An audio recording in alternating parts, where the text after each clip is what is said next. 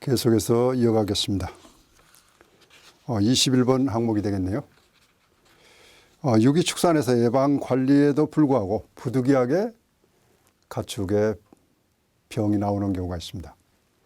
그럴 때 수의사의 처방하에 질병을 치료할 수가 있는데 이 경우에 동물약품, 의약품을 사용하는데 해당 약품의 휴약기간, 그것을 정상적인 휴약기간이 다 정해져 있죠.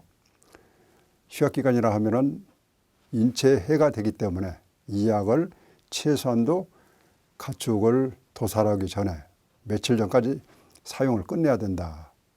그것이 휴약기간이에요. 그런데 이와 같이 동물약품, 유기축산의 경우는 더 세밀하게 더 안전성에 강조가 돼야 되기 때문에 최소한도 2배 이상 각 약품이 지정하는 휴약기간이 예를 들어 15일이다. 그럼 유기축산에 있어서는 곱하기 2를 해서 30일 이상의 휴약기간을 지나야 그래야 이걸 도축을 해서 우리가 이용할 수가 있습니다. 그래서 2배. 기지현상 또 나왔네요. 기지현상을 경감하기 위한 방지 방법으로 가장 옳은 것은 기지현상을 줄여야 되기 때문에 기지현상을 줄이려면 옳지 않는 것은 연작을 하면 안 되죠. 돌려주기를 해야 됩니다. 다음수 물을 갖다 집어넣는다. 이거는 기지현상을 억제가 되고 답이 비료를 많이 줘도 안 될 것이고 무경운 여기서 연작이 아니라 윤작 돌려주기를 해야 됩니다. 다음 생물과 공생하면서 공중 질서를 고정하는 토양 세균은 뭐냐? 우리가 공중 질서를 고정한다. 공기 중에는 78%의 질소가 있다고 그랬습니다. 그 질소를 일정 세균이 이걸 갖다가 흡수를 해가지고 작물이 이용할 수 있는 질소로 만듭니다. 뿌리옥균이라고 우리는 어려서부터 배운 기억이 있을 겁니다. 주로 콩과식물, 두과작물에서 이와 같은 것을 이용을 하는데 세균, 그것을 작물에서 뿌리에서 작용하는 세균이 있습니다. 아조토박터, 그 다음에 클로스트리디움, 리조비움 이런 것들은 전부 다 질소를 고정하는 능력이 있습니다. 그런데 아조토박터, 클로스트리디움, 리조비움 중에서 리조비움은 공생을 하면서 토양 세균, 공생 함께 그러니까 작물하고 세균하고 공생을 하면서 이와 같은 질소를 고정을 해내는 세균이 되겠습니다. 다음 중 공국량이 가장 적은 토양은 공국이 큰 거는 입자가 찬 거, 점토 함량이 높은 것이 공국이 크고 입자가 큰 모래라든가 자갈 이런 것은 공국이 적습니다. 그래서 용종 밀도가 토양에 공국량이 큰 토양은 용종 밀도가 낮고 그 다음에 공국량이 적은 토양은 용종 밀도가 높습니다. 그래서 정답은 1번이 되겠습니다. 다음 중 카드뮴, CD죠. 카드뮴, 중금속에 대한 내성이 가장 작은 작물, 내성, 이겨내는 성질이 가장 작은 작물, 그걸 물었습니다. 자, 두과작물, 화분과작물. 그래서 두과작물은 화분과작물에 비해서 비교적 중금속에 대한 내성이 강합니다. 그러니까 흡수량이 많다는 얘기예요. 많이 흡수를 해도 피해가 적게 나타나기 때문에 이거는 내성이 강한 겁니다. 그래서 특히 두과작물, 콩은 두과작물이죠. 밭벼, 옥수수, 밀, 벼 이런 것은 화분과작물입니다. 그래서 한 시험 성적이 가면은 콩은 0.432 mg per kg이고 벼는 0.176, 옥수수는 0.06, 감자는 0.044, 부추는 0.011. 가장 많은 것은 콩입니다. 콩, 두과죠. 시설 채소 토양에서 염류 농도를 감소시키는 방법으로 틀리는 것은 담수유한 제염, 다음서 물을 가둬두는 거죠. 작물 재배, 객토 및 암거 배수 전부 다 해당이 되지만 돈분, 돼지 분뇨죠. 그걸 퇴비로 사용했을 경우는 질소질 함량이 높아지기 때문에 그걸 토양에 그대로 잔류가 될 확률이 높습니다. 그래서 정답은 4번. 유기사료의 첨가물로 가능한 물질은 유기사료에서 첨가물로 가축의 대사 촉진하기 위해서 합성화합물, 비단백질 질소화합물, 성장 촉진제 이런 건 전부 다 유기가축에서 유기축산에서 이용을 절대 해서는 안 됩니다.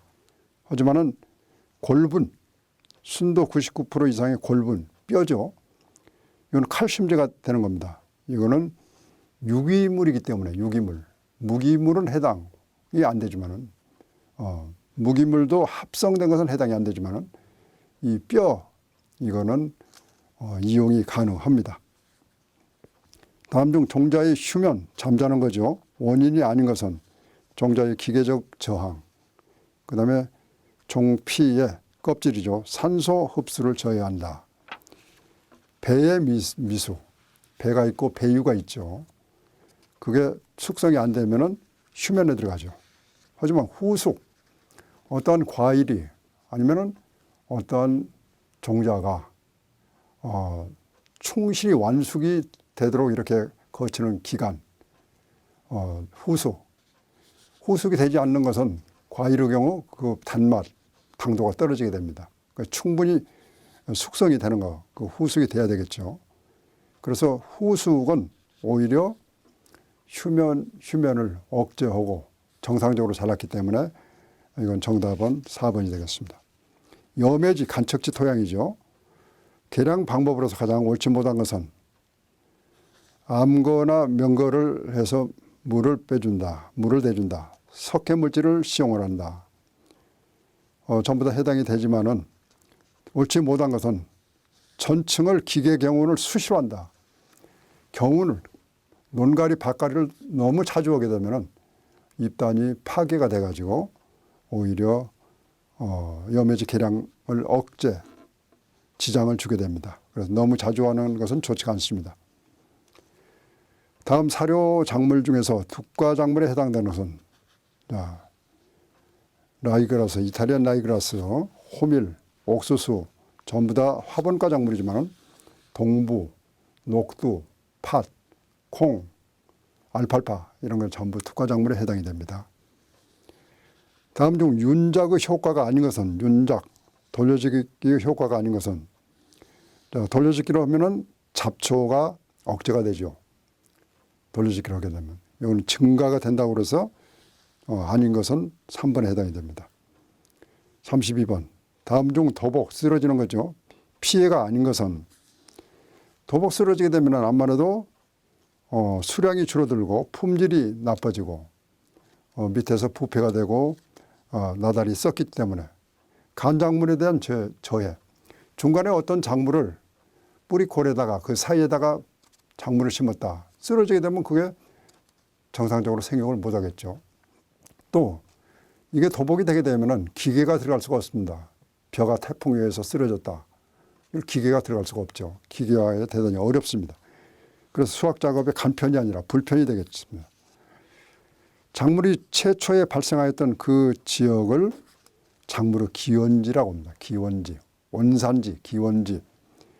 벼는 인도 내지는 중국의 안남성, 원남성 그쪽 지역이 벼의 원산지고 참깨는 인도, 수박은 이집트, 인삼은 진생이라고 해서 한국이 원산지입니다. 그래서 한국산 인삼이 세계 최고의 의tum의 농산물이 되는 겁니다. 자, 토양의 화학적 구조에서 규산과 알루미늄, SY가 AL이 1대1 격자형 비율로 속하는 광물은 어느 것이냐. 몬모릴로나이트, 일라이트, 버미큐라이트, 그건 2대1. 규산과 알루미늄이 2대1로 이렇게 서로 시루떡처럼 이렇게 켜켜이 쌓여 있습니다. 근데 카올리나이트는 1대1 규산층 하나, 알루미늄층 하나 이와 같이 형성되어 있는 것이 카올리나이트 형태의 토양 구조고 우리나라 대부분은 카올리나이트의 토양이 대단히 많습니다. 땅갈기 경운의 특징에 해당 사항으로 틀린 것은 땅을 깊이 갈면은 땅속 깊이에 물이 들어가 수분 손실이 많아지는 것이 아니라 깊이 갈게 되면은 작물이 이용할 수 있는 토양, 작토층이라고 그래요. 그걸 더 늘려주기 때문에 수분을 흡수한다 아니면은 보관한다. 양분을 보관한다. 그런 그릇이 더 커집니다. 그래서 정답은 틀린 것은 1번입니다. 토양 용액의 전기 전도도 EC라고 얘기를 합니다. EC. 전기 전도도를 측정해서 알 수 있는 것은 토양 속의 염류, 비료를 주게 되면은 그것이 일정 부분 작물이 이용을 하고 일정 부분은 토양에 잔류가 되어 있는다고 그랬습니다.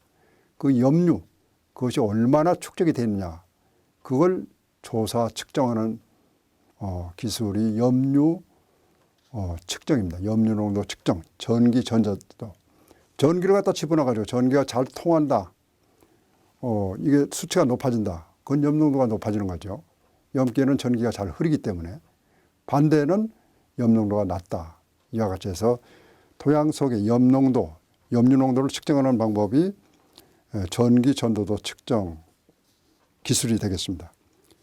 산화철이 존재하는 토양에 물이 많고 공기의 유통이 좋지 않은 곳의 토양 색깔은 어떻게 되느냐. 공기 유통이 좋지 못한다. 논과 밭을 봐서 밭의 형태는 물이 잠겨있지 않습니다. 논은 주로 물을 대주기 때문에 물이 있다. 그러면 산소가 부족합니다. 환원층이라고 해요. 환원층. 그래서 산소가 적기 때문에 논은 회색 내지는 어두운 색으로 이렇게 구조가 됐습니다. 논 토양을 보면은. 하지만 대부분의 밭 토양은 물이 고여있지 않고 산소가 충분하기 때문에 붉은죽죽은 산적토, 색깔 자체가 젓갈색을 나타내는 것이 일반적인 특징입니다. 그래서 이와 같은 것은 회색 2번 정답은. 다음 중 염기성 염에 해당되는 암석은 뭐냐. 염기성, 암석. 우리 화성암으로 주로 대한민국 땅이 많이 되어 있는데 바위가 아니면 돌멩이가. 근데 제주도는 화성암이 아니라 현무암으로 되어 있습니다. 근데 현무암은 주로 염기성 염이에요. 화강암은 산성암이에요. 산성암. 그래서 우리나라는 구조적으로 암석 자체의 산성화 토양으로 갈 수 있는 원인이 되는 것입니다. 화성암으로 되어 있기 때문에 대부분이. 하지만은 현무암, 제주도라든가 충청북도, 단양, 제천 이쪽에는 석회암, 현무암으로 대부분이 이루어졌습니다. 그래서 토양의 염기 포화도 계산에 포함되지 않는 이유는 뭐냐. 염기 포화도. 이거는 주로 양이온이냐 음이온이냐 그걸 따져가지고 염기 포화도는 칼슘 이온은 플러스 2가 양이온이에요. 나트륨 플러스 1가 이것도 양이온. 마그네슘 플러스 1가 이것도 양이온. 플러스를 나타내면은 양이온이고 플러스 마이너스를 나타내면 음이온이라고 이야기했습니다. 그래서 칼슘, 나트륨, 마그네슘 이런 것들은 대부분이 양이온에 해당이 돼요. 질소도 양이온입니다. 그런데 여기에 알루미늄, A의 경우는 음이온입니다. 시비량, 비료를 주는 양을 작물에 이론적 계산을 위해서 어떤 작물에 비료를 얼마나 줬느냐 그걸 계산하는 공식에 대해서 여기 질문이 나왔습니다. 시비량 계산식은 작물의 비료를 흡수한 전체 양에서 이 흡수한 양 중에 천연으로 공급되는 양이 있습니다. 벼농사를 지을 때 물을 대주게 되면 물속에 우리 눈에 보이지 않지만은 질소도 들어있고 인산도 들어있고 가리질이 녹아 있습니다. 그래서 그 함량을 빼고 나서 내가 실제 얼마를 몇 킬로를 줘야 되냐 계산을 해야 되기 때문에 작물의 흡수율, 그걸로 나눠서 계산을 하는 겁니다. 그 정답은 비료 요소 흡수량에서 천연 공급량을 빼가지고 비료 흡수율로 그 수치를 나눠주게 되면 이론상 내가 작물에 비료를 얼마나 줘야 되느냐. 그러니까 논과 밭의 경우 밭에서는 이론적으로 논보다도 천연 공급량 비료가 적기 때문에 논보다도 비료를 더 많이 줘야 되겠죠. 이론적으로는 그렇습니다. 벼직파재배의 장점이 아닌 것은 직파가 뭐냐. 모자리를 만들어가지고 아니면 기계모를 만들어가지고 모를 내는 것이 아니라 손으로 기계로 내는 것이 아니라 모자리를 만들지 않고 묘판을 만들지 않고 벽시 그냥 나달을 그대로 논에다 뿌리는 겁니다. 그럼 모내기 할 필요가 없겠죠. 그 노동력은 경감이 되겠지만은 자, 모를 하나씩 이렇게 심는다. 그럼 흙 속에 이 모가 이렇게 꽂히게 되기 때문에 흙에 의해서 이게 지지가 됩니다. 쓰러지질 않아요. 그런데 그냥 벼알을 뿌려놓게 되면은 이게 토양 겉에 나오기 때문에 바람이 불면은 쓰러지는 도복에 그만큼 강해지고 도복이 많아지고 그 다음에 잡초가 훨씬 많이 발생이 돼요.